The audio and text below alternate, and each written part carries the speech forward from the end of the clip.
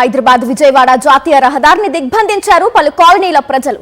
హయత్ నగర్ వద్ద జాతీయ రహదారిపై తరచూ ప్రమాదాలు జరుగుతున్నాయి. పలువురు ప్రాణాలు కోల్పోతుండగా చాలా మంది క్షతగాత్రులవుతున్నారు. రోడ్డు దాటేందుకు అవసరమైన ఏర్పాట్లు చేయకపోవడంతో సమీప కాలనీల ప్రజలు తీవ్ర ఇబ్బందులు పడుతున్నారు. వెంటనే తమ సమస్య పరిష్కరించాలంటూ శ్రీనివాస కాలనీతో పాటు రాఘవేంద్ర, ఆర్టీసీ, లెక్చరర్స్ కాలనీల ప్రజలు జాతీయ రహదారిని దిగ్బంధించారు. వెంటనే ఫుట్ ఓవర్ బ్రిడ్జి ఏర్పాటు చేసి ప్రజల ప్రాణాలు రక్షించాలని డిమాండ్ చేశారు. గతంలో R&B కానీ ఈవెన్ హైవే కాంట్రాక్టర్ కానీ చాలా వినతులు ఇచ్చాము.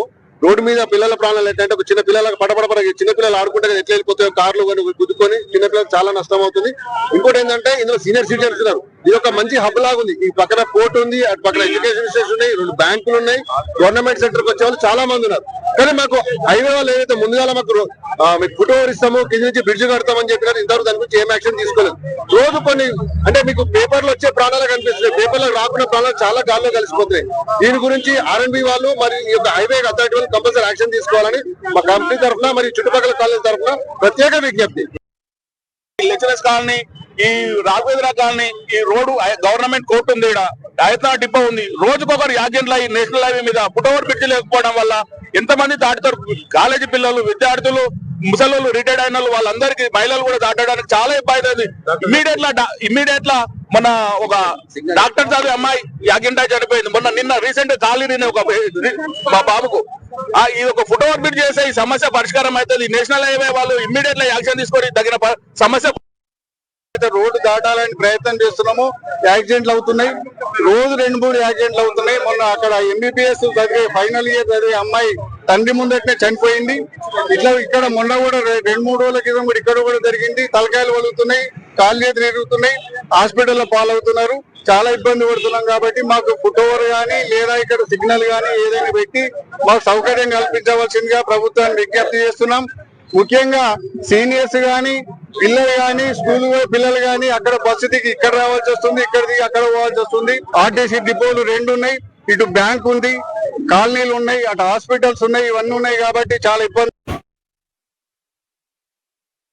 అంశానికి సంబంధించి పూర్తి డీటెయిల్స్ మా కరెస్పాండెంట్ సుస్మిత ఫోన్ లైన్ ద్వారా అందిస్తారు. సుస్మిత, హైదరాబాద్ విజయవాడ జాతీయ రహదారిని ప్రజలు దిగ్బంధించారు.